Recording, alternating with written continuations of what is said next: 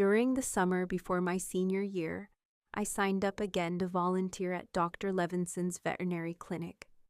I'd been doing it every summer since I turned 13, and it had become something of a tradition. Most of the kids I knew spent their vacations at the lake or working part-time jobs at the mall, but I'd always preferred the steady hum of the clinic, the smell of antiseptic, the sound of barking dogs and meowing cats, and the soft voices of people bringing in their beloved pets. Over the years, I'd seen dogs of every shape and size, purebred Labradors with shiny coats, tiny Chihuahuas wrapped in sweaters, and even a grumpy old bulldog named Captain who wore sunglasses and growled at his own reflection, but none of them compared to Minnie. Minnie was, without question, the oddest-looking dog I had ever encountered.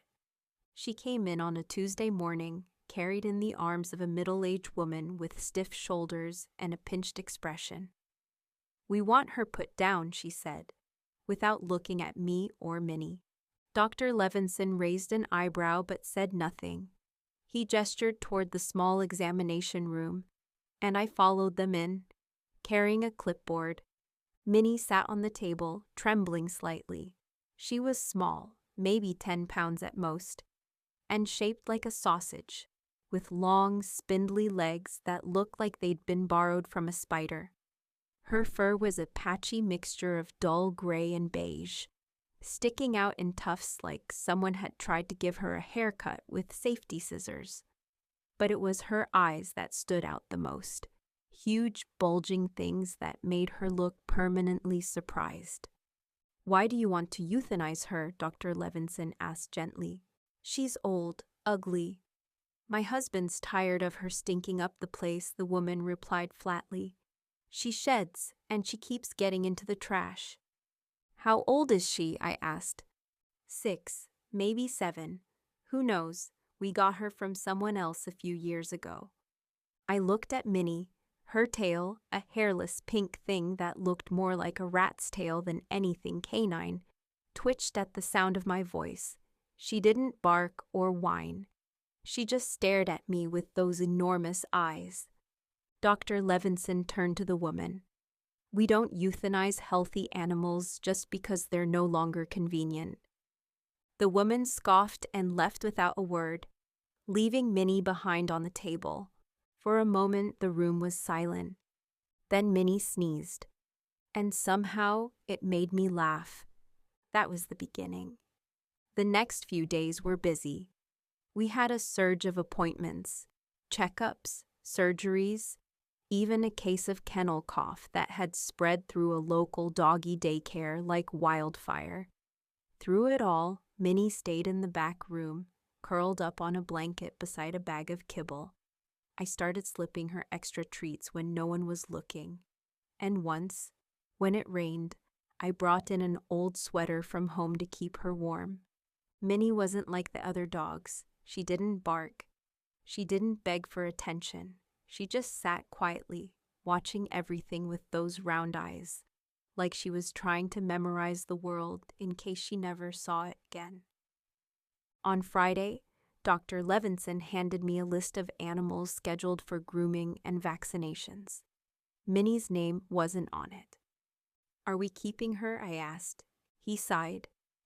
"I called the local shelter, but they're full. And frankly, they wouldn't place her. Dogs like her, they get overlooked." I nodded. I already knew. "Let's clean her up. Give her shots. If you can, write up a little ad for the paper. Maybe we'll get lucky." So I did. That afternoon, I gave Minnie a bath. She was slippery and squirmy, and she yelped every time the water got too close to her ears. But when I wrapped her in a towel and rubbed her dry, she leaned into me, her bony little body warm against my chest. I brushed her fur, what little of it there was, and tried to make it fluff out a bit. Then I wrote the ad. "Funny-looking dog, well-behaved, sweet, needs loving home." I didn't expect much. A week passed, no calls. Every day after work, I'd stop by the back room and sit with Minnie. I told her stories about school, about my mom's obsession with crossword puzzles, about the time I got stuck in a tree rescuing a neighbor's cat.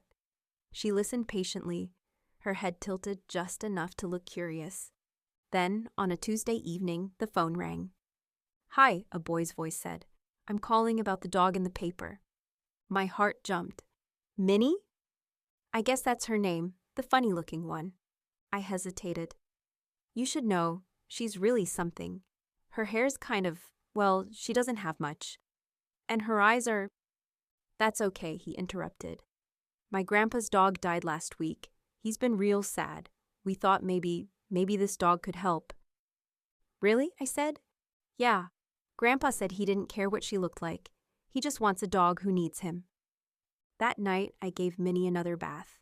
I found a pink ribbon and tied it around her neck. She looked ridiculous, but in a good way, like a child playing dress-up. When the old car pulled up outside the clinic the next morning, I was already waiting by the door with Minnie in my arms. 2 kids, a boy and a girl, maybe 10 and 12, jumped out of the car and ran to meet us. They didn't flinch when they saw Minnie. Instead, they smiled, wide and genuine. "She's adorable," the girl squealed. They carried Minnie to the car like she was a princess, giggling the whole way. I followed behind, holding my breath. The man inside the car looked to be in his 70s. His skin was weathered and tan, and he wore a flannel shirt despite the heat. His hands trembled slightly as he reached for Minnie. "Here she is, Grandpa," the boy said. Minnie sniffed the man's fingers, then licked them. He laughed, a soft surprise sound, and gathered her into his lap. His hands ran gently over her back, then up to her face. "She's perfect," he said. That's when I saw his eyes, milky white, clouded with cataracts. He was blind. I stood there for a moment, unable to speak.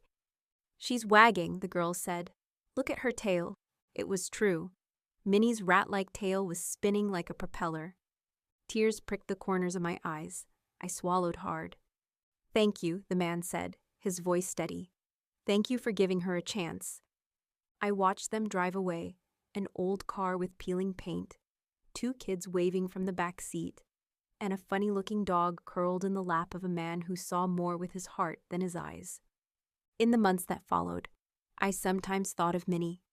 I imagined her curled up at the foot of the old man's bed, her tail thumping softly every time he spoke. I pictured her riding in that beat-up car, nose pressed to the window, ears flapping in the wind. I never heard from them again. But I didn't need to. I knew Minnie had found her home, not in spite of her flaws, but because of them. She'd filled a space that no perfect-looking dog could have filled. And I'd learned something too, that love doesn't care about appearances, that sometimes the ones who seem least likely to be chosen are the ones who end up saving us all.